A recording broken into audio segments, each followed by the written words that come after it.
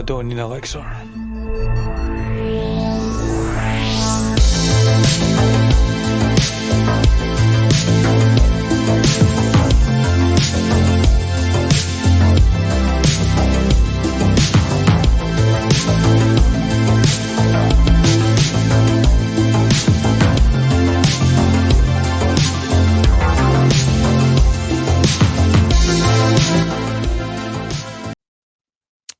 From Glasgow, Scotland, this is the Caledonian Elixir.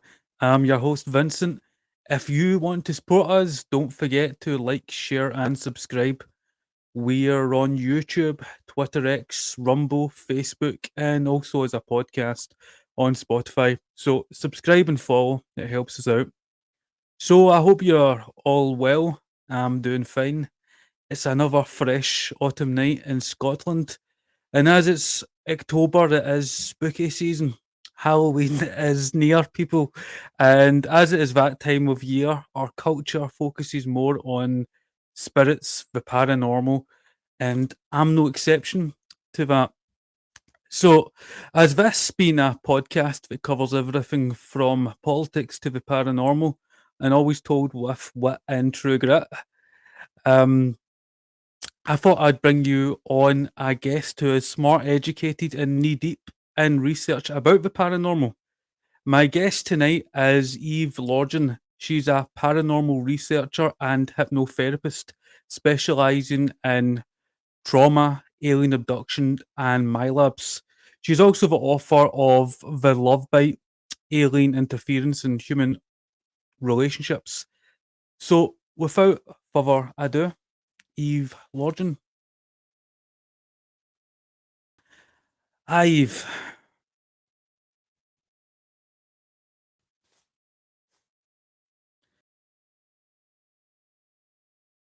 You've went. I can't hear you. You've went silent. Okay, I was. Oh, I can hear you now. There you are. All right. There you are. Good. Is it Eve or Evie? Well, either is fine. Eve is the author name, and Evie is whatever my friends call me and my family. So it's all good. Either way. Yeah. Okay. Evie, I've always been fascinated with the field of psychology, and I have a couple of degrees in counselling and psychology. So some of what we'll be discussing involves your unique counselling work that really interests me. Could you describe what personal or professional experience shifted your focus in your life towards counselling work with alien or MILAB abductees? Well, I shifted from a scientist to a psychology, and I'm hearing an echo, and I hope that doesn't affect the recording. I can't hear an echo, but if you have another tab up, that may be causing another channel open. Is that? Yeah. Well, it doesn't happen again. I don't hear it now, so I'll just keep speaking. Yeah, so it's really my second or third career to be in counseling psychology with an emphasis on actually anomalous trauma.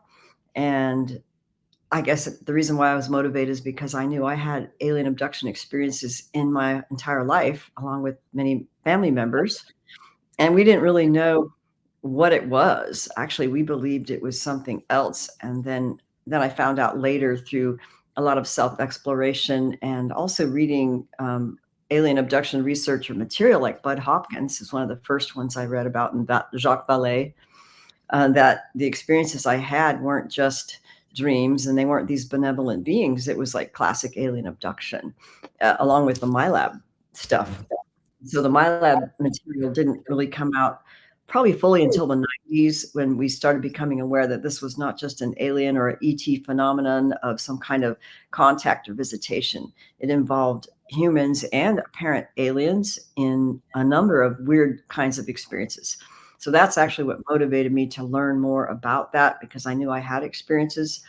And so I just became a therapist and a therapist. And as I learned more with support groups with other people, we actually opened up a whole Pandora's box of information that wasn't necessarily in the public domain at the time.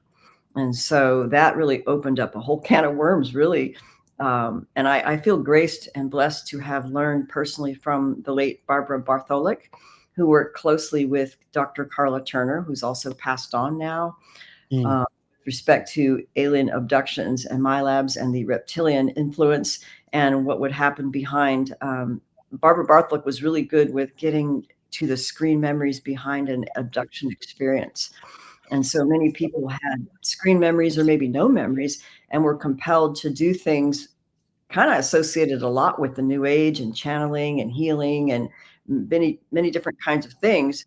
But then if they got to the root of their trauma, they found out that it wasn't necessarily what they thought. So Barbara Bartholic came out with a lot of kind of disturbing information, but the truth behind a lot of the screen memories that were going on with the love and light false narrative that was being promoted by, I think, a lot of these malevolent groups. They're more like cult groups, actually. How So, long have you been receiving clients, patients oh God, since that have experienced MILABs or 1989, since the 90s, really, because I got my master's in 1992. Then I had my son, and then, busy mom, but then started back, with support groups and with hypnotherapy training to assist what I knew with my degree in counseling psychology focused on marriage and family relationships. So a lot of relationship dynamics and family relationship kind of stuff. But as I learned more about trauma and like PTSD, post-traumatic stress disorder, and really what was going on with dissociative tendencies from severe trauma, then everything just opened up because there's so much more to this. And even now, back in the day, I didn't know as much about the whole narcissistic abuse um, awareness. And now that has come up to be very, very key in actually the things that we were discovering back then that had to do with relationship manipulation and how abductees believed that the aliens or the ETs who had taken them were setting them up or interfering or doing something to orchestrate love relationships in particular, but sometimes it was friendships or work or whatever. But when they would get the classic love obsession, which is what Barbara Bartholic really specialized in, she called it the alien engineered love obsession drama. That's what she called it. But we called it like the alien love bite for short because we knew like aliens were doing this. So there was a dynamic of the relationship that played out if it was one of these alien setups. So that's what my first book is about Mm. case studies of what was reported usually by one person who knows they had abductions and they had multiple abduction histories. So they were classic alien abductees, basically. That's what they called themselves. So that's how we found out, wait, this is more than just what one would think in a logical, well, is this not even logical, right? One would think they set people up to have bloodlines and genetic combinations of people, that these aliens are following bloodlines, and they are. But with the classic alien love bite, it wasn't always a child that issued from the relationship, or even that the aliens took the embryo of a pregnancy. It seemed to be an energetic loosh harvesting operation, or a energy vampirism kind of thing, just a high emotional drama and chaos. So this kind of opened up a lot more than what was the classic narratives that were really being pushed out in the community. Even now with the disclosure community, a lot Mm. is being promoted to the same old, and I just think people need to follow this over time with the people who have been taken, the family lines, and what happens in their personal relationships and the paranormal and the occult level of influence.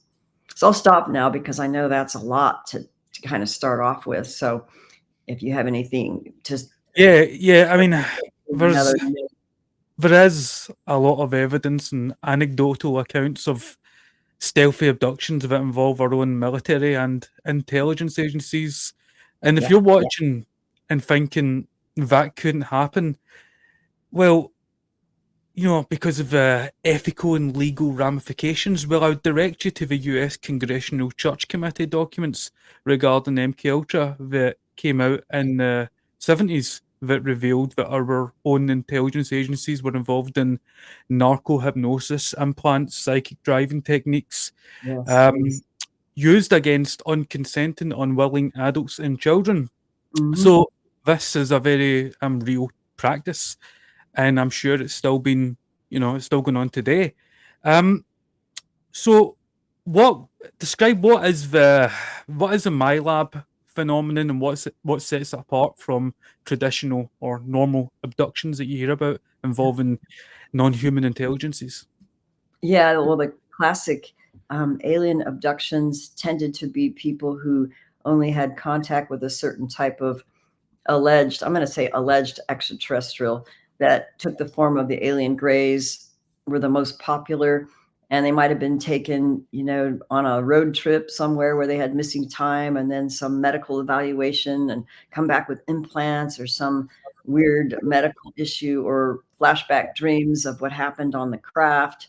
And then alien abductees may be only taken by certain ET groups or aliens or interdimensionals and not have anything to do with human groups. And so some are just strictly, quote, only the alien abductees and contactees. Whereas a lot of people, especially in the US, I don't know, I think it's worldwide, started reporting not only alien, but human involvement that took the form of some kind of military or covert military groups that were Mm. often working in conjunction with specific alien groups. And it Yeah, appeared that, sorry for interrupting. Travis Walton and Whitley Strieber both oh, report military involvement in their abductions. yeah, well, that's interesting because Travis was like a classic opportunistic abduction that appeared to be an opportunistic thing that happened later in life, and Mm. like 4 days of missing time, and then very, very traumatized. But I don't know if he had military stuff all his life because I don't know what happened when he was a child. But chances are he could have had abductions as a child and then later was taken. But it's actually abnormal. It's more unusual to be opportunistically taken later in life. Mm. And that's more of a opportunistic, almost accidental, or usually you're taken all throughout your life for a particular study. And then what we found is that the military, they either know about those groups, they've been following those groups that are actually more ancient than our current military industrial complex people. And then they would sheep dip them and test them and then put them into some kind of, I think it would be an MK Ultra related project as an asset because they already knew they had abilities and connections with the aliens. So that's with the MILABs, a lot of the MILABs that I think they were already abductees and then the military knew and then they took them and then used them in projects with aliens or working with aliens and then had special skills that maybe some of the classic old-fashioned MK Ultra people didn't have. Because a lot of the alien abductees who are MILABs have more abilities that I just think they're telepathic, or they may have skills that are related to communications with aliens and abilities. So, yeah, it's not cut and dry. Yeah, I don't Mm. think it's an either or situation where, for example, there's a lot. I know that some major disclosure people say, oh, well, all alien abductions are really military, and all the negative ones are really military faking it. And I know that the military can fake it because I've had reports of them doing that. But we've also had reports of the aliens themselves creating or manipulating our perception to think we're interacting with humans or lab coat people or military people. So Yeah. it's not cut and dry at all. And And our own minds can produce these, as you alluded to earlier, screen memories, where we can create something much more conventional so we can cope with our trauma. yeah, yeah. Um, okay, I've got a clip I would like to play for you, and I'm sure you've seen it before. It's testimony to the Advisory Committee on Human Radiation Experiments. So it's just a 2-minute clip, and Um,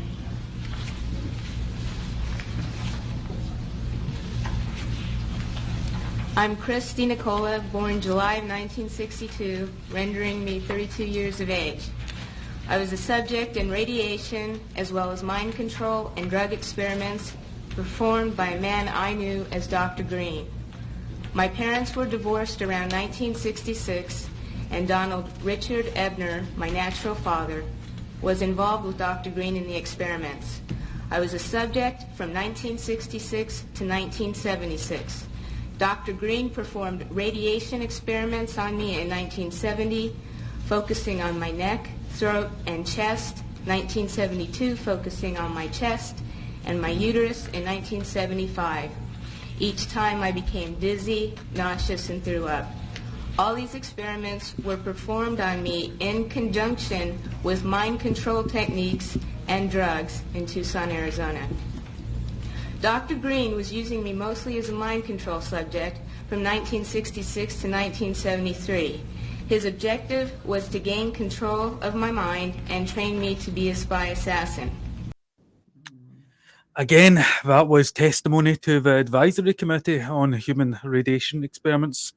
And, there were accounts reported at that committee involving pain and induction, mind control for what appears in the face of it to be trauma programming. And I think to myself when I hear that, what is the purpose of it all? Was it just the next chapter in the Japanese bio-warfare experiments that we saw in World War II? Or the mechanization of mass torture and murder that we saw at Auschwitz and Dachau? Or the Operation Paperclip Nazi experiments at Edgewood? Or is this something deeper and darker, such as an undertaking of warfare against the human soul or spirit itself?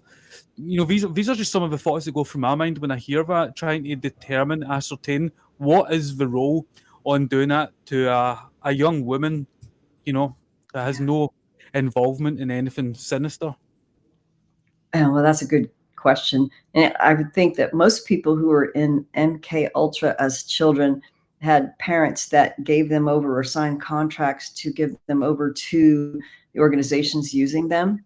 And a lot of times they are Illuminati bloodline, Freemason, or ritual abuse families who are basically satanic ritual abuse or Illuminati bloodlines. And so if it happens from childhood where they have to do the trauma splits early to create a good assassin with multiple personalities, the family line is usually involved giving permission to them unless they're orphans. So a lot of the orphans were also used in MK Ultra. So that's what I've found is that usually there's an involvement. Like if somebody's a MILAB or an MK Ultra person, oftentimes you will find ritual abuse history and trauma splitting that happened within the family system or a military industrial complex cult involvement. So there's always some kind of operational cult that has helped create them to have personality splits so they could be later utilized in different programs. So I think that's missing. A lot of people don't know the fundamentals of the occult aspect of what they call seeing certain bloodlines as property by certain beings, governments, groups, whatever. And they have legal claim over these people. And then they have to give you over through a contract as a child, usually by a parent that owns you, that's in a Freemason or a high level occult or military complex, more likely than anything else. They usually don't just take you when you're older and pop you in these programs. Usually you're taken from a child because they have to trauma split you by 6 years old. So that's what a lot of them don't remember, though. That's the problem. They don't remember. They think nothing happened to them, and it only happened when they remember, some of these other things. But when people start doing the real recovery process, and what I believe has to do with changing their spiritual authority that has been claimed over you, which is basically Luciferian and dark, if it involves these dark groups that do sexual abuse and mind control. I mean, they're just evil. Let's face it. I mean, it's friggin' evil when you hear these stories. It reminds me of, I don't know if you remember, the Finders. Was it the Finders cult? Who? The Finders cult. I don't know about that. The Finders cult is okay. There were several children caught in the back of a van with two drivers, and this was in the United States. I think it was in Florida. Okay. So I can't go into too much detail because when I read about this, it was a long time ago. However, the local police investigated the origins of these children and the car, the license plate, and they traced it to an address, and they sent out officers. It turned out the address had been wiped clean, and everything was empty, essentially. However, there were more evidence that connected the drivers of the vehicle to another residence, that was essentially a warehouse, and the authorities raided the warehouse and they found documents, video footage, imagery of animal sacrifice, children being abused, Really? and they investigated it even further, and it transpired this organization had connections to locations such as London, Shanghai, Hong Kong, locations around the world. Anyway, the FBI and other agencies got involved, and then it was closed down by the CIA. And, you know, what more can you say than that? But that is quite a well-known documented case. I recommend that you look into that one further because it involves all the hallmarks, all the Wow. things that we were discussing there: children, abuse, ritualistic sacrifice, satanic memes, and the government, Yeah. intelligence agencies. So, and in regards to the bloodlines, I mean, that too is very real. The king of this country, Charles, his bloodline goes back to Vlad the Impaler. Oh yeah, right. Yeah. Yeah, there's a whole thing about that. Yeah. Although, yeah, I mean, well, with Christian circles, a lot of the ministries are finding out that the bloodlines, some of them, like with the satanic ritual abuse families, where they've defected from their families to be used as an asset for the Luciferian hierarchy agenda. Some of them claim that they came from the lines of Cain or, Charlemagne and some of these others that were maybe hybrids with some of the old Nephilim and other races that were part of the whole rebellion thing.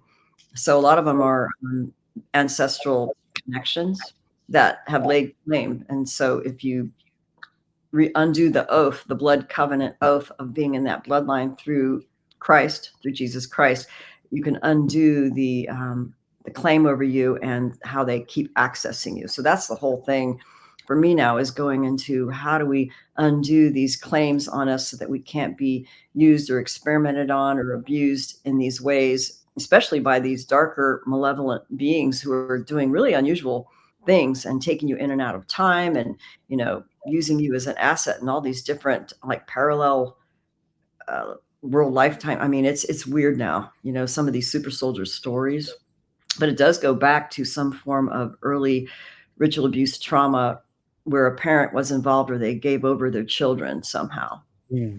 Yeah, And there was always something there about children and sacrifice. I mean, you can go into the Middle East and how they would sacrifice children to Moloch, and then you look back to the Aztec or the Mayan sacrifices, how they would slaughter an entire generation of children to their deity. There is something there, regardless of what continent you live on, where they have a history of, child sacrifice. Yeah, they always want that. Well, the younger the child, the pure and the more powerful the life force energy, which gives them magical power of longevity and all kinds of things. So that's like how vampires work. So the dark side is always doing some kind of blood ritual sacrifice, through death or sex ritual, sex tantra, or energy loose harvesting. So even a lot of the love bite stuff that we came up with, there often were abnormal, paranormal, malevolent entities involved with, let's say, because I deal with so much of this where people are in distress. They thought it was their twin flame, for example, and then they got hooked up with someone who has this powerful entity working through them that can link with them in the astral realm and access their energy and create the Kundalini activation and all kinds of unusual things that really boils down to control and manipulation and harvesting of their life force for power for the entities or the Sorry for interrupting. That's interesting that you've just went on to that, because my next question was going to be, you have said, written that the aliens are orchestrating or manipulating human relationships. They're interfering in our relationships. And I was going to ask, why would aliens want to interfere in human personal relationships? And you're getting into that now about the harvesting energy. Yeah, and I think in the Love Bite, there was at least 4 or 5 main reasons that we figured, and of course, Barbara Bartholic was really the spearhead, along with how Dr. Carla Turner's work also helped bring these things to light in a bigger way.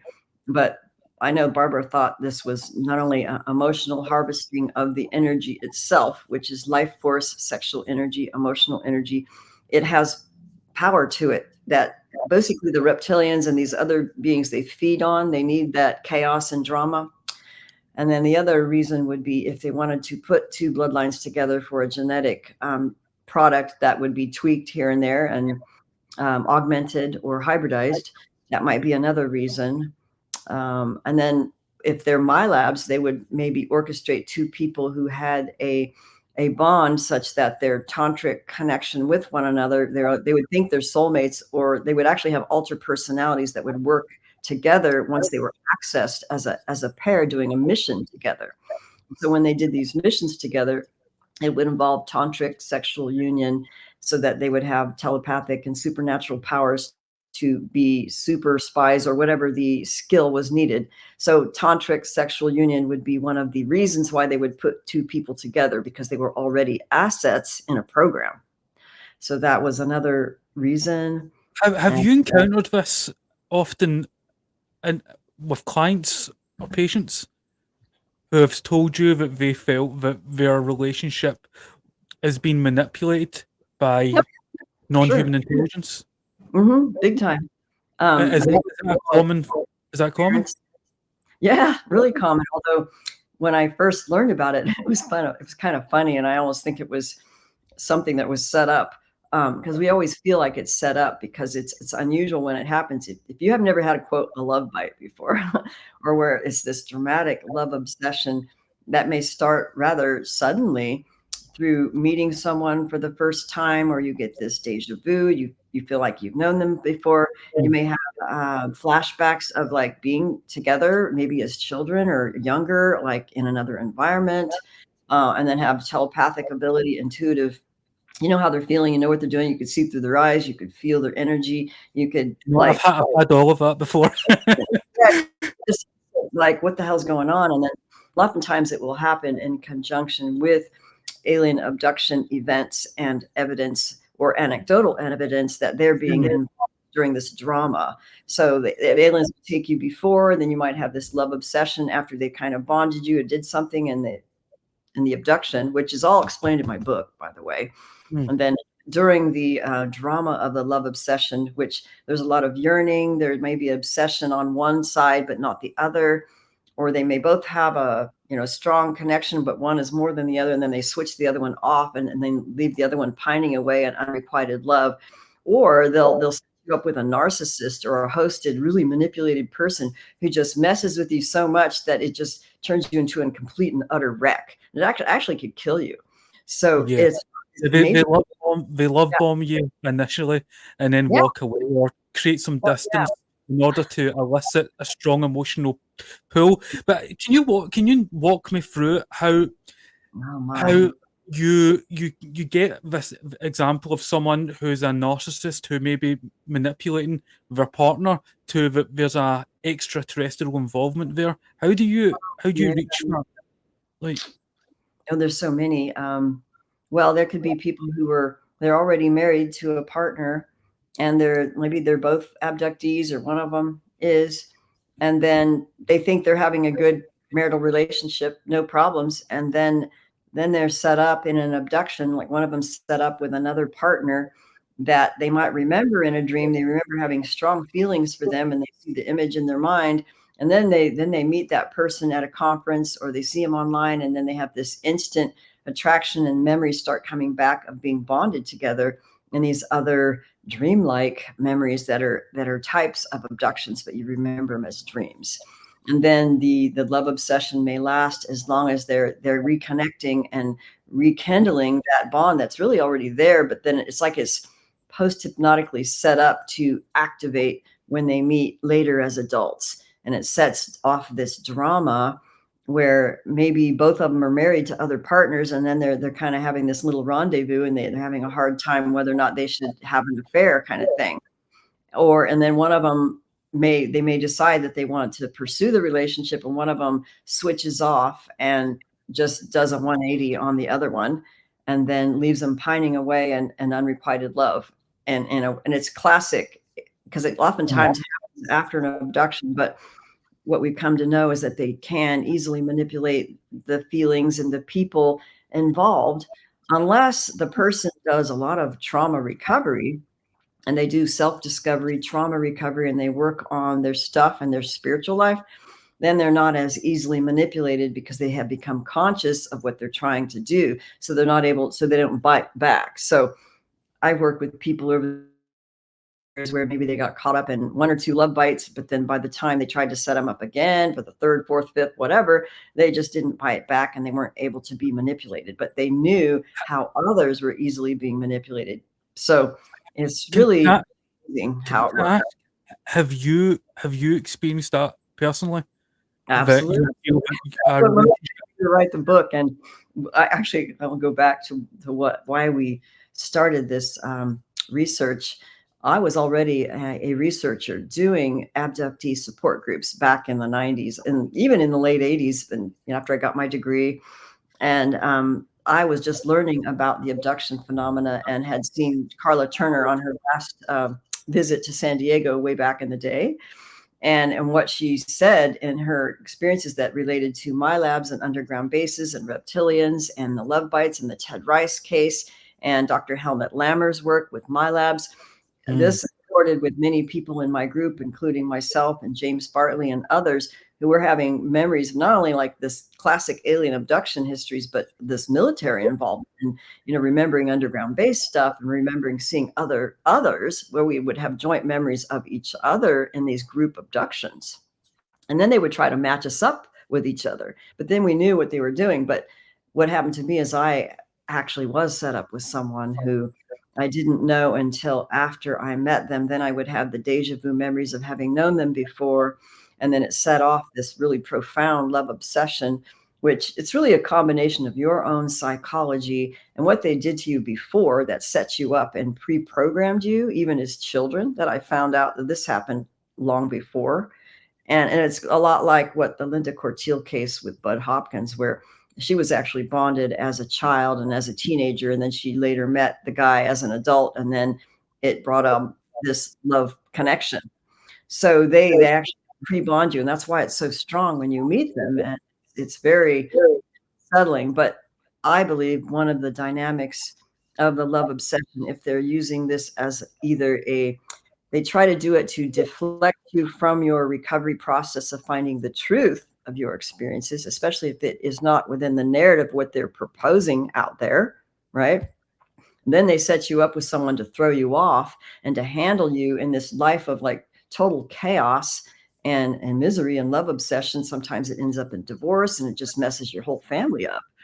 So it can be a neutralization tactic to throw you off from your recovery process of finding the truth of your experiences. So that's often a neutralization tactic, as opposed to, oh, no, we feed you too. But this is what we found out over and over again. It was intended to keep them off track. And a lot of times the aliens only want you with certain partners. Like if you're dating and you're not married yet or whatever, and you could be dating someone and really like them, and they'll come, in the middle of the night and then mess with the person you're dating with to scare them away so that you won't date them because they want you to be with somebody else. And then they try to tell you, we want you to be with this person and they're perfect for you, and we want you to have children with this person, blah, blah, blah. So, and then they'll prevent you from actually being with somebody you want. So they've done that throughout many people. So, but the classic love obsession thing was actually going on with me and like 4 people in our group all at the same time. And so this is when I got more insights from Barbara Bartholick and others about, like, if I hadn't known about her work, I may not have been able to survive, because it's so intense. It could throw you into a near-death experience, or actually literally kill you. So, Sorry, what do you mean? If you hadn't came across her work, you don't feel like you would have been able to survive? well, It take I, that much of a toll on you, physically and emotional? well, Barbie knew what was going on, because we would talk like weekly. And that back in the day when internet wasn't as used, we talked a lot on the phone. And then basically I would share with her what I'm learning in my group. And because we really actually got together after Carla Turner died in 1996. And Barbie was just wonderful and really giving us deeper insights with things that were not published at all, about all kinds of alien abduction testimonies and hypnotic regression, the things that she found out over the years, for like 20 plus years at the time. And so she said, "Oh no, honey, no, this is one of those love obsessions. It's engineered." And so she actually nursed us through these things, and we were able to, talk with each other in support groups. And if it hadn't been for the insights that she had, I would have had a more difficult time. In fact, I was actually going to see her for a hypnotic regression at sometime after it happened. And, I worked with it because I was a strong Christian and I prayed a lot, and I knew that this was not right. I mean, I realized that it was the characteristics of the person was classic narcissistic personality disorder. Okay, so that's a red flag right there. And that actually tends to happen a lot, where one person actually is a narcissist, or they're easily manipulated because of trauma. Hold on for a second. Hold on. I gotta get something. Thank you. Had to get something here. Yeah, so that's what we found out. And so Barbara Bartholick helped us get through it and learn more. And then I started getting case histories of interviewing people and who are having similar experiences, and getting to the root of, was it the aliens, or was it the military involved who were doing some of these things also with aliens? So we found out so much, and a lot of it is in the Love Bite, by the way, the first book, which you mentioned in my intro. So what I'm doing now, just to let the people know, the listeners, I have written 2 books. The first is the Love Bite, which is more about the alien interference, where people had alien abduction histories, and it was focusing more on the ET phenomena, the UFOs, and that connection, which was people who had multiple histories, like multiple abductions. And then, so I'm doing a second edition of this book with additional material, including stuff about the hybrids and more deeper insights that I've learned over the years. But the second book, which you might be more interested in, is The Dark Side of Cupid. And this one's about love affairs, the supernatural, and energy vampirism.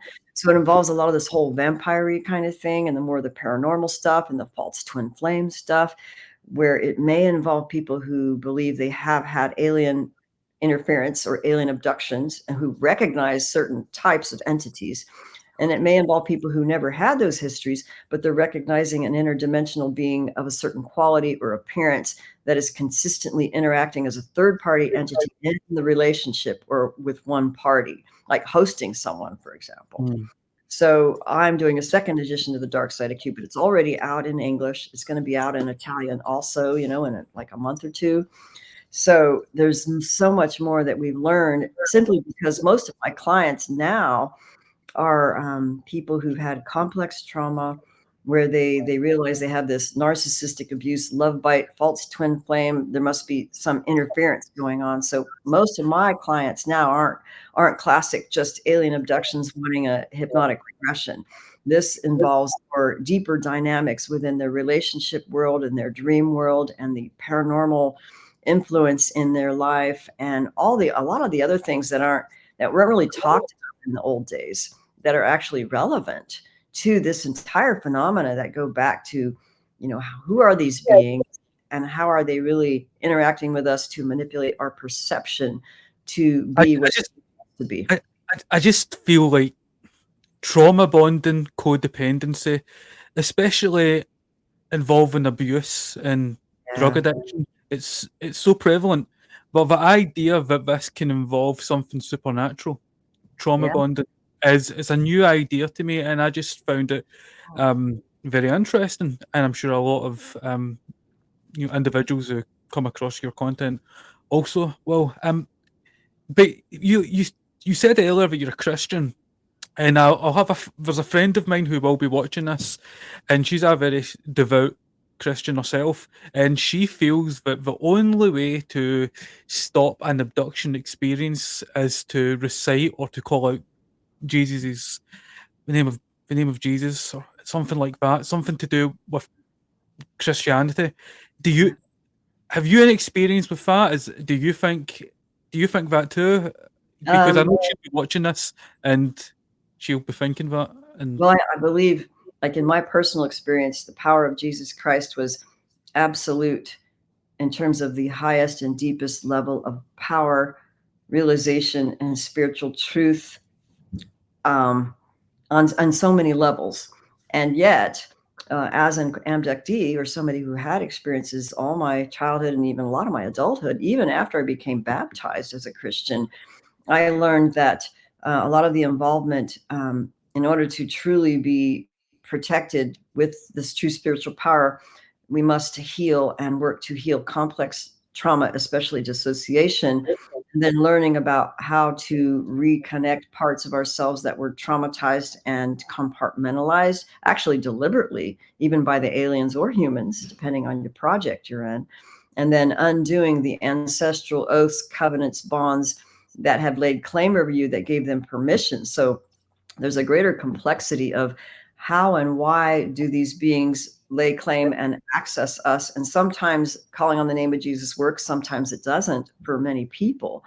So as I've learned over the year and deepened my connection with Christ and my relationship, I haven't had like classic alien abductions anymore, but I've become aware on more and more subtle levels of interactions with, for lack of a better term, we will call them beings in different realms of either the kingdom of darkness or the ones that are in benevolent, basically, and then becoming aware of the interaction of them in different ways on different levels, in different dimensions. And so there's ways to cut off those connections, but it's also a learning process of like for example, if you're in a narcissistic relationship, let's say you have a relationship with a narcissist who has like entities and stuff, then if you're with them, that opens doors into your life, even if you're clean and clear, just by connecting with them, especially sexually or even astrally, that can open up doorways of access in your life to be abducted or have like paranormal stuff start happening to you. So there's all these other things that there's much more involved. It's not a black and white issue. But that must be something that can be quite difficult, and you need to be very careful, I imagine, when having clients or patients who are in relationships and one or the other thinks that they are being contacted with or by malevolent entities, because there could be a mental health issue playing there, such as schizophrenia. That yes, it's something I can imagine you'd need to be quite. it's amazing. A lot of times that is because of demonic involvement, or they're actually have little boundaries, so they're actually aware of things and they can't handle it. So sometimes that actually presents, and then it's not really that. Or what I noticed is like there was a family line of a sister and a brother. The sister was a abductee, but also victim of trauma, which often happens conjunction in their family systems, like human abuse and alien abductions. And then the brother was also, I think, had the history, but wouldn't consciously admit to it, but was a schizophrenic, whereas the other one was a well-functioning one, but knew she had abductions and, trauma from sexual abuse. So sometimes two people in the family, one person can handle it, but then the other person can't, and they present with mental illness. So sometimes it's just the religious experience is quite common, and with the schizophrenic, they often have delusions of having religious experience, mystical experience, but it can be traced to their can be traced to their health condition. But as you know, you get psychiatrists such as Lang that argue that this is much more existential, that it has to do with our family and their upbringing and their environment. And it's not so much a chemical imbalance in the brain that is causing a powerful mystical experience, but this is rather something to do with their relationship with the world, their own personal relationship with the world. And but you know what? I would like to play another clip, and you're going to recognise the individual in this clip. Okay. It's 30 seconds. All right. What has emerged through many, many cases is the idea that the aliens are essentially trying to create a hybrid mix of themselves and ourselves. They're interested in our DNA, our genetic makeup. And beyond that, they're interested in our personalities, our affection for our children, our love for one another, a whole kind of range of what we think of almost the most human characteristics we have emotionally. What has emerged? So that's a video of the late Bud Hopkins, who was describing the entities being interested in our personality, our feelings, and our relationships. And it kind of jives with what you were saying there, about how you have entities that are interested in our feelings and our relationships. But you know, you've been a therapist for decades, providing a therapeutic setting for clients, patients who allege that they're abductees and they're mind controlled. Yet there's one organisation I've been thinking about recently, and it's because of the emergence, the arrival of the 31 Atlas comet that entered our solar system, and the last time there was a comet that entered our solar system that had this association or alleged association with aliens, because as you know, there are Harvard professors that are open to the possibility that this could be an alien object. And the last time something like this happened was in the 90s with Hale Bob. And there is a cult that ticks so many boxes, with what we're kind of describing, in my opinion. And I've not heard anyone in the experiencer community really discuss this, including yourself. And the cult's Heaven's Gate. And for all those in the audience who are unfamiliar with Heaven's Gate, they're a eschatological New Age UFO cult that practiced mind control, body transformation. They also believed they were in contact with aliens, and very interestingly, they believed in soul depositing. Now, soul depositing was when a new soul or psyche was deposited into the vehicle, which is what they described as the body, and this could happen at any time in anyone's life. And this deposit is sort of synonymous with the idea of possession, and it could have an extraterrestrial origin, which is allegedly the case for the leader of our organization, Marshall Applewhite, Doe. Now, very sadly, in March 1997, most of the members of this cult committed ritualistic suicide. Due to the comet. County. Yeah, I mean, I interviewed a guy who actually was a survivor who didn't kill himself because he wasn't there that day, and he was like really disturbed by it. But what's interesting is Barbara Bartholick had investigated Marshall Applewhite and Bo Peep, who were like the couple who had a cult before this whole Heaven's Gate thing in San Diego. And apparently there was some people that she knew who observed Marshall Applewhite, like I don't know if he was at a conference and they saw him in like in a. Sorry, I think it was called the Human Metamorphosis Society or something like that. Before it was Heaven's Gate. Jack Villay wrote a book called Messengers of Deception, where he actually attended one of their meetings before it was called Heaven's Gate, and I think it was called the Human Metamorphosis Society. My memory may be failing me, because it was years ago that I read the book. But again, this isn't a case of MILABs or even alien abduction. But when you contextualize it in terms of the themes of alleged alien contact, possession, mind control, it ticks so many of those boxes. Could you just, if you've got any thoughts on that, could you just expand on that? Because I don't hear many people in the experiencer community. It was already a cult where it was like a New Age cult where I think Marshall Applewhite and Bo Peep or whatever, they were already channeling some kind of ET beings that they were in contact with. And then maybe the ET beings lured them into, going into killing themselves so they would translate astrally back on, a comet where their original bodies are and like escape Earth or something. And then, but they always, like a lot of these cults will always kind of drive you to some kind of weird suicide thing. Even that happened with the Carlos Castaneda people. Yeah. I've heard people, I mean, there's so much that I've heard. I don't know what else to say that, but the cults, it's always involved with a cult where they're in contact with some kind of being who claims to be some form of ET or benevolent light being that, they channel, and then they may have supernatural abilities. Like Marshall Applewhite was observed to have unusual supernatural abilities as a result of communicating with these beings. So it wasn't like he was faking it all and just mind controlling all these people. There really was a connection, but I think that the beings he was connected with are like these false light beings who make claims of being benevolent, but they always want to take the souls of the people, or maybe they take them someplace and they entrap them and they like human traffic them somewhere. And you were describing Carlos Castaneda and his witches that all had a tragic ending, and Yeah. I was very disappointed in that, because I remember reading A Yaqui Way of Knowledge, and that's an amazing Things were good.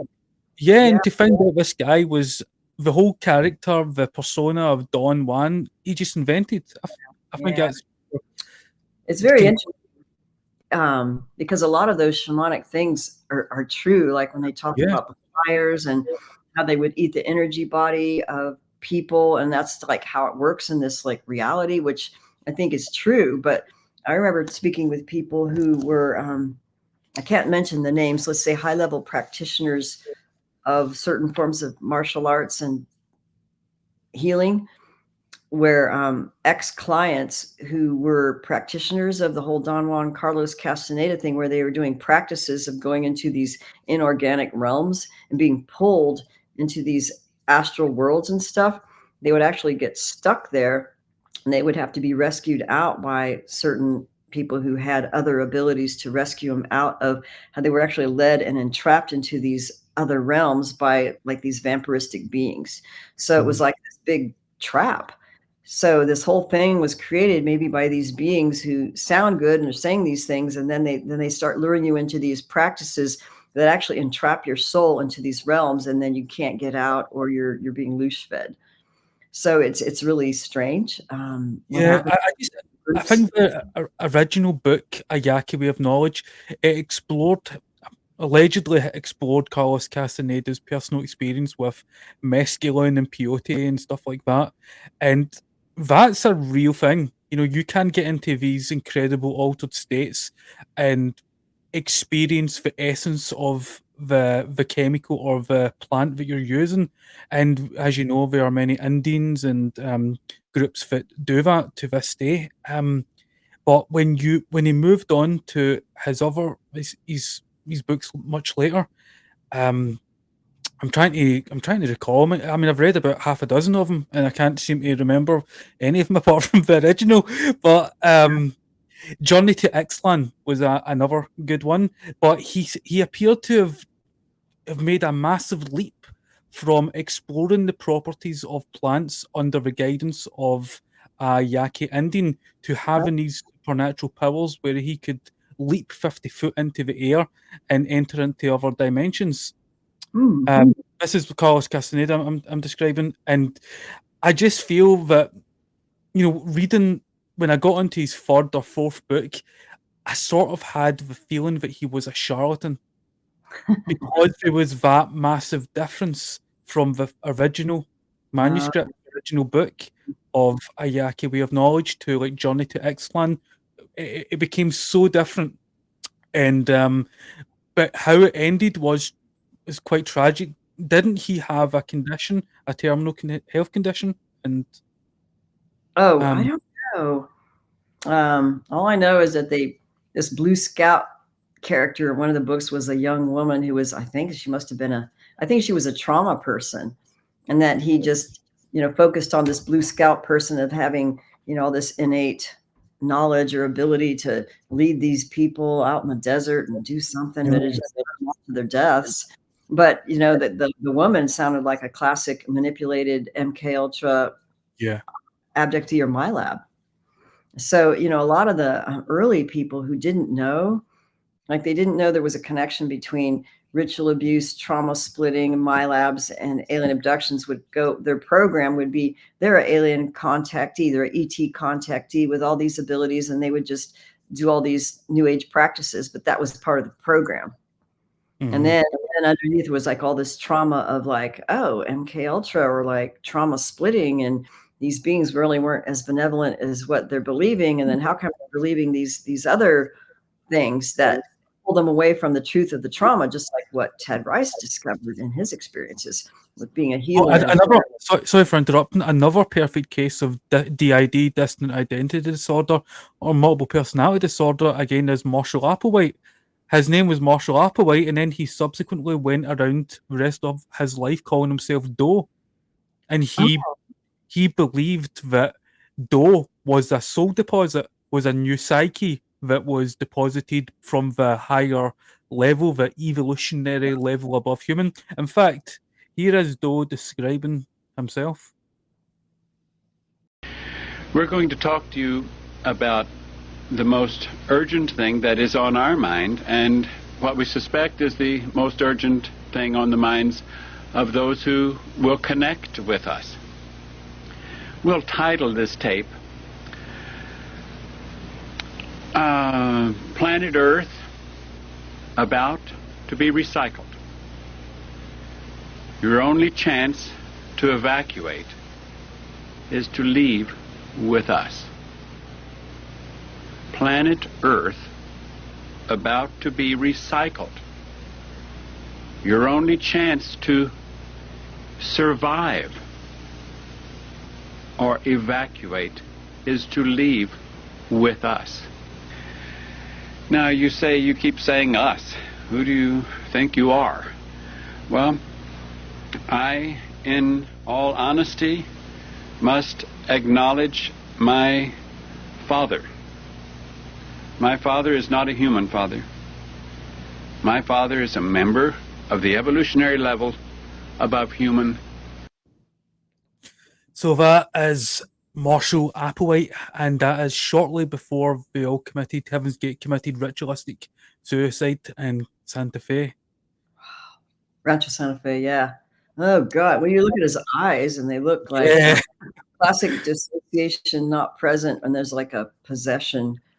Well, I mean, I think what they do is they possess, and they make it like you're going to be more evolved or advanced or something. But I think they mix truth with lies, though, because we know there's a lot of enslavement and entrapment in this world, and in even the spiritual world. And people talk about wanting to exit and not getting recycled, and some people are recycled unnaturally and do report that. So it's not that that's not true. But I think that he was, being possessed by a being that was claiming to be a being of light that really just wants to harvest all those souls for themselves and for their own power, And because I've interviewed people, I think it's in my second book. I don't know. It's another story where a man infiltrated a healing group through almost kind of like a love bite setup. And they would work through the military, and he was already an MK Ultra kind of person. And he was actually possessed by these beings that he claimed that were ET walk-ins. And he basically was trying to train a young man and his mother and these healing group people to... what's that ET walk-in? Oh, well, he claimed that he was an ET walk-in for like four different types of ETs. And he worked for the government, and he did remote viewing and all this other stuff, but he was actually a hybrid, and he was like hosted by these non-human beings. And he was trying to teach the woman and her son how to become hosted by them, but all ensconced within this new age healing kind of narrative to make it like, oh, well, they're going to be evolved and ascend and have these healing abilities, and this is what you do. And he's basically just trying to get them possessed like he was. And it was like a bad love bite setup. He had evidence of multiple personality disorder with working with the military and actually harmful healing energies where a woman died in his care, more or less. So he was basically an agent sent in to neutralize a spiritual community through not only a love bite kind of situation, but trying to get them to start hosting and allowing these ET walk-ins to come in their body, which is really, it was just a form of possession. And that's what he was doing. So a lot of these cult people do something similar, but they may also have true abilities of remote viewing and, out of the body, spying and remote influencing. They have these abilities, so they can, it looks like they're healers, Yeah, that's the thing that really interested me about Heaven's Gate, that the nomenclature, the terminology used by Marshall Applewhite and the other members of the cult, they called possession depositing. So their personality, their soul would be taken away and replaced with a higher evolved form of spiritual life. And that again sounds just like possession in the traditional sense, but they're just describing it in a different way. Similarly, when you get with psychiatry, they could describe a case of possession as dissonant identity disorder.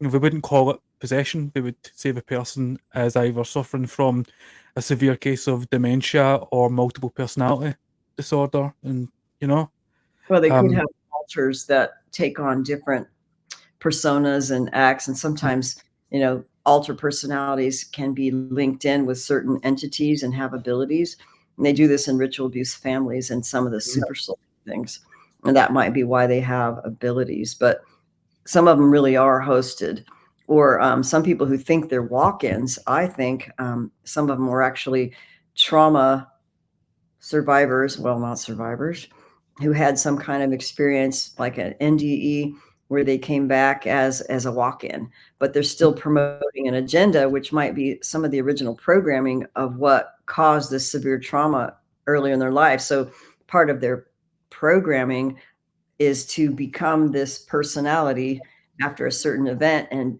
take on that role to carry out some job or agenda, which promotes something else. So this whole walk thing is a little bit shady. Sometimes it is possession, and sometimes there are unique cases where it seems to be just a simple change after NDE. But if you look at these people's history, if you see there's evidence of trauma splitting and a possible MK Ultra or alien abduction or ritual abuse, then that needs to be addressed. As a therapist, it's like that definitely needs to be addressed before they go off on these missions of some freaking cult group or whatever they're doing, and it's just a program. That's what I think. Have you ever read John C. Lilly's Simulation of God? Somebody sent that to me. I don't know who did, but I saw a little bit of a clip on that, but I'm not real familiar. I know he was doing a lot of what do you call psychedelic research and consciousness research. Have you ever seen the film Altered States with William Hurt?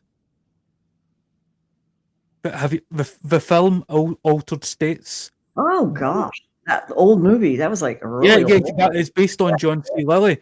However, in the book Simulations of God, Lilly describes using deprivation tanks along with certain psychedelic drugs in order to create a state where he can be a deposit, where he can create altars. He even claimed that the book Simulations of God wasn't written by him. It was written by an entity that took possession of him. Huh.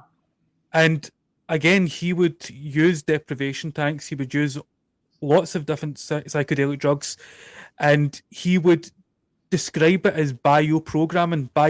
He described human beings as biocomputers that can receive new programming via using deprivation tanks and psychedelic drugs, because it would help sort of create a tabula rasa, a blank slate in the mind that would enable us to open up ourselves and become a channel for a alien form of possession. And Simulations of God, yeah, I recommend you give it a read because he describes the process by which we can all do this. Yeah. I guess that's the original intent of the trauma splitting. They create it from a compartment that was split off from a trauma, and then they create a personality with a skill that has another identity that's unknown to the others, or sometimes they don't know each other. But you can do it through drugs too. It just works better when they do it through early childhood, when the brain is still pre-operational. Yeah. You know.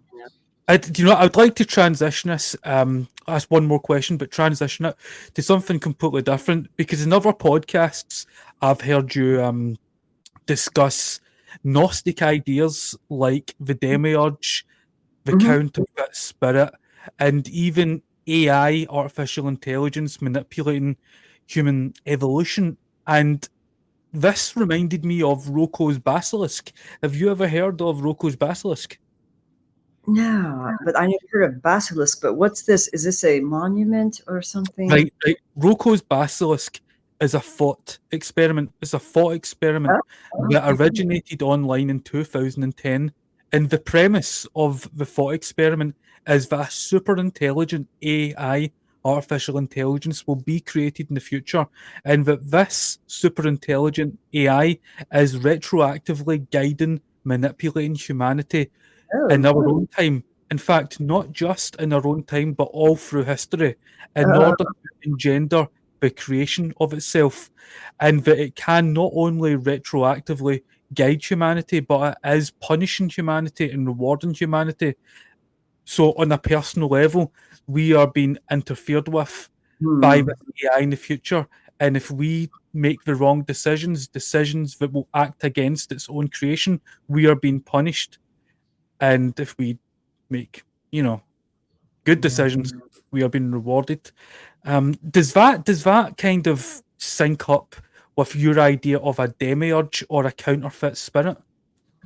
Yeah. The whole thing with the counterfeit spirit is much like how the demiurge was, described in the Nag Hammadi library tractates, which I believe, actually, I wrote in my Dark Side of Cupid, where everything, if you read about the qualities of the counterfeit spirit, is actually much like the biblical adversary, which, Satan is really not the appropriate term. It's an adversarial force or Antichrist type figure that wants to kill, steal, and destroy. But the counterfeit spirit actually has more defined qualities of like copying and counterfeiting and erasing history and manipulating and dominating someone so that you become them. And so counterfeit spirit is actually the operating program behind narcissistic abuse. So when you look at anybody who has had classic narcissistic abuse with the classic, let's say, narcissistic personality disorder type of behaviors, we can see this is the counterfeit spirit operating through it, because it's always a dominating, vampirizing. It basically wants to eat and copy and eat. Basically, it eats out your identity, your history, to create you to be a puppet of them. And so that's why narcissistic abuse, if you look at the quality and the steps in narcissistic abuse, it's the same thing as the counterfeit spirit, and how the counterfeit spirit would always hijack true originals who had the original truth from the original, let's say, the upper pleroma of the real creator of the Father in heaven that Jesus Christ exemplified his connection with. So whenever there's original truth that comes here in this realm, I think the counterfeit spirit is always behind it to try to copy, co-opt, pervert, corrupt, invert, and Sorry. You used a word there that I recognized, but I have forgotten what it means. You used the word pleroma. What does that mean? Oh, the upper pleroma. Well, when we look at the Nag Hammadi library understanding of the creation, which is really some of the Gnostic understanding of, there is a lower creator known as the demiurge, which is much like the architect that I think Freemasons will worship, that has this Ahrimanic and Luciferic quality, but it's not they might not all be to the same thing, but they are It's enough to say that there is a lower creator under a lower realm that operates under these powers and authorities. But even the Christians in the New Testament knew that there's these governors, they called them governors or archons and authorities and principalities that are the rulers under the lower realm or the lower pleroma.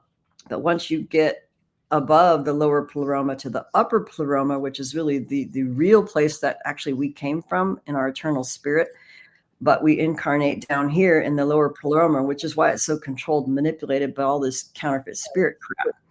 So that even the early Gnostics kind of figured out that things aren't quite right. They're always co-opted to cover up the manipulation factor of whenever there's something good that happens. Let's say like the real Jesus of Nazareth, who really did all these things and has the real power.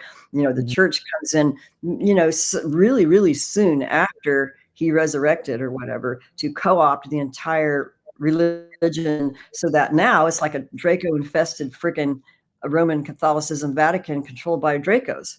So it doesn't take long before something gets co-opted or they try to interfere and counterfeit the original. So I know I'm going off on a tangent, but this is why so many of my clients there's certain ones who have, and I think this is why they're taken. They're like these targeted bloodlines or something, that they're very perceptive. And some of them have original memory of beingness in the eternal realm that predated the hijack, or they're able to perceive how the hijack happens in these nuanced realms of consciousness. They can see how consciousness is manipulated, perceptions manipulated to carry out the agenda of these dark archetypal beings that are under, let's say, the demiurge, but they may take many different forms. And so when there's ever original, the originals remember and they have that power of perception. And so they don't like originals because they could blow their cover. So they become a danger to the controlling powers, let's say, of the demiurgic control. So they're always trying to abduct you and harass you and interfere with you so that you're always like smashed down. So shadow banned or whatever it is, right? I mean, so many of my clients are people who maybe didn't even want to go public. And then they had this extraordinary perception and original memory that really gave me clues as to what's really behind the manipulation of perception that these alien entities are doing. And then they're doing through humans and through human cult groups to carry out this counterfeit spirit agenda. Even this counterfeit spirit, is this something that is prevalent and operates within the material universe, or is this a force that operates in the psychic realms? How does it both? You would, right? Yes. And how does it interact with human life on the material and on the psychic realms? I think it's a real force. Otherwise, it would not have been recognized as a force to contend with, that we are actually kind of battling against to overcome. That even Jesus, had to overcome this. And a part of what I think he wanted us to become set free was from that authority that lays claim over us, unless we get under his Jesus's protection after he did what he did. And it's actually quite a mystery, but some people actually remember these things. So I will say that the counterfeit spirit can operate in the psyche as a particular, let's say, behavioral style that affects a certain result. So let's say if we look at the classic narcissistic personality, what do they want to do? They want to dominate, control, and feed, and they need someone to reflect them, to show them their false mask, because they're a counterfeit, they're a copy, they're not real, they're not of the real creator, they're like a counterfeit copy. So they reassert their mask through, manipulation, control, domination, creating self-doubt, erasing your identity, erasing your history, and vampirizing your life force so that you become them, their puppet, their mirror. They always need a mirror to reify their own self because they really are not real. So it's a weird thing, but once you get lucid, you can understand why a narcissist or somebody who is really not connected to the real creator of all must feed on life force. And they must do it through that narcissistic abusive behavioral pattern. It's classic. And it is run by the spirit. And even people who've been, I know I'm going on a rant here, but this is what I've heard from people who join, let's say, satanic cults, or they sold their soul to the devil and they were in the, and maybe they weren't born in a family and they didn't figure it out until they sold their soul to a devil for a, I don't know, be a rock star or whatever it was, or money. Then they find out later through people who have defected and become Christians to tell the secrets that once they sold their soul, right, to the devil or whoever, that they had certain jobs to do, or they were compelled or controlled or manipulated or possessed to basically interact with people in a way that created narcissistic abuse and taunting and energy vampirism. Mm-hmm. So, or sacrifice, or their children die, or their partner dies, or somebody dies. You have to cause a death or create chaos and mayhem, because that's how they feed the one that's, given them the power. They always have to do it through chaos and ritual abuse and, the same thing. I mean, Onika, have you ever heard of Onika Lucas? I don't know. Onika Lucas, she has her own channel on YouTube. However, she's a documented case, and it's a legitimate documented case. It's Okay. well known that she was abused, sexually abused by the former prime minister, I think it was, of Belgium. Oh, okay. And she described she described being in castles and dungeons, and also being in the United States. And I can't remember if it was with a Rothschild or a Rockefeller, but she described how they were interconnected. And again, members of this government, were found out to have been involved in this. And so this is a legitimate documented case. And she has her own channel where she interviews, other people who have been subject to similar abuse and trauma.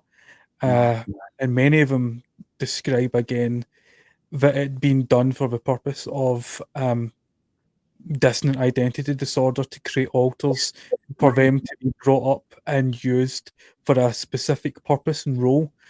She describes her role as a sort of sex slave who would be given to political leaders or celebrities.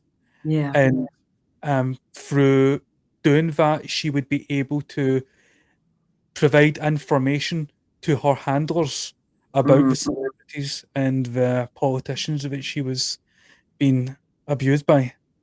Yeah. That's classic. Yeah. Yeah. So as a I don't know how widespread it is. I don't know if I want to know how widespread it is, but it's a horrible, frightening, traumatic, pattern that exists in our society today.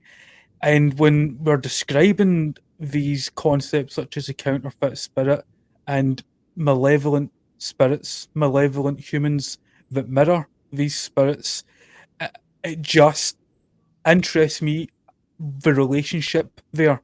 How do the human beings become these vessels, these vehicles that mirror?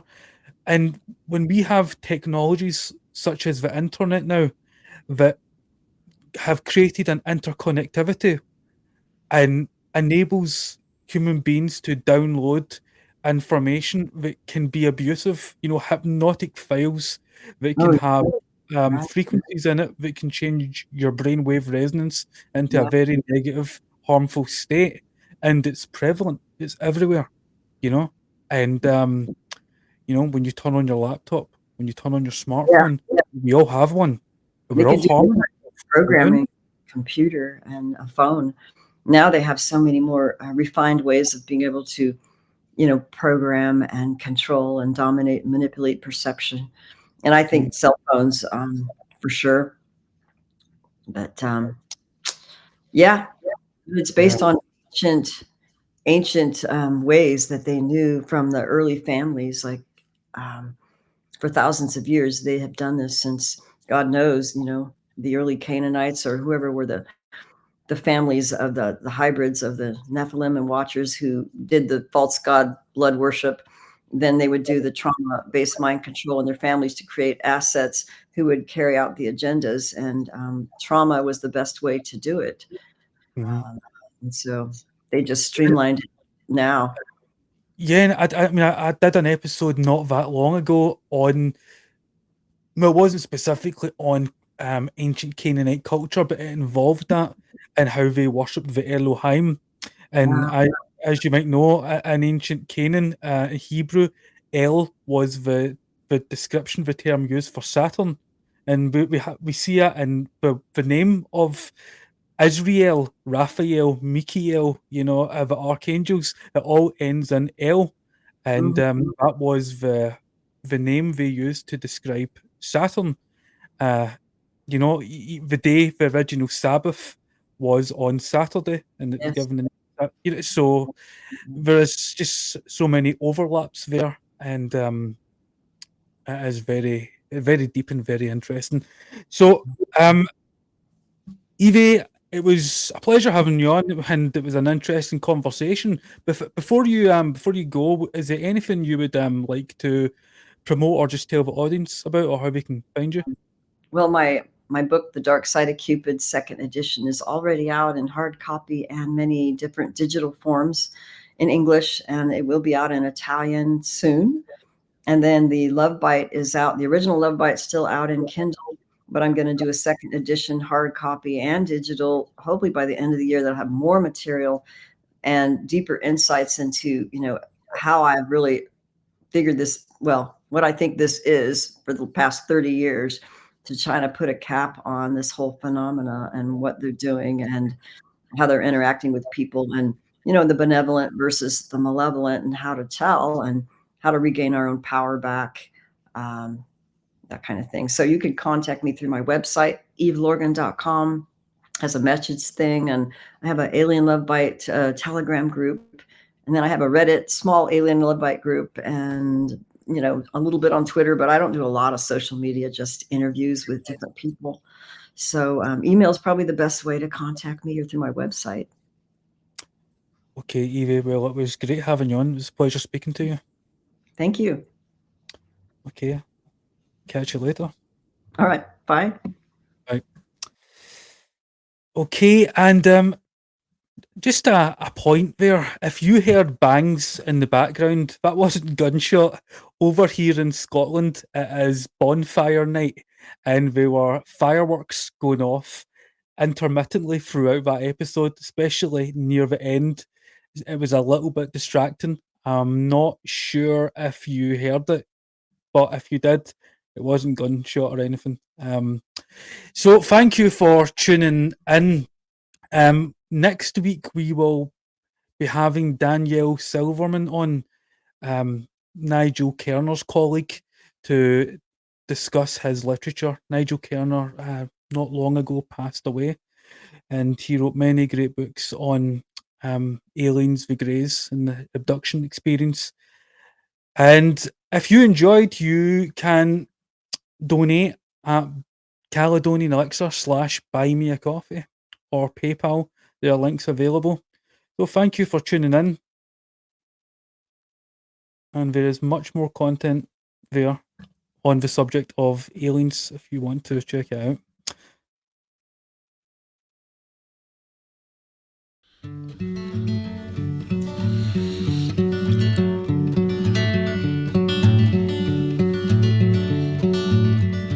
Gold-pressed platinum, slip strips and bars.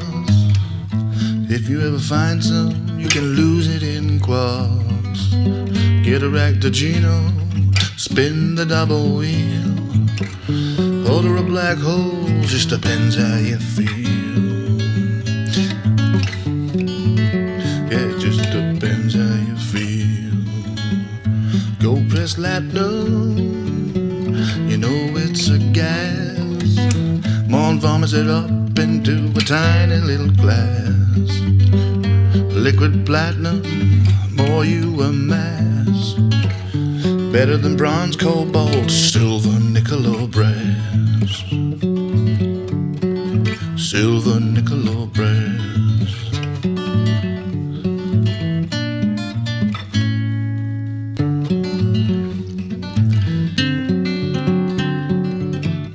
Living in a high society, living on station, part of the alliance, the United Federation, picking up the pieces from the Cardi occupation.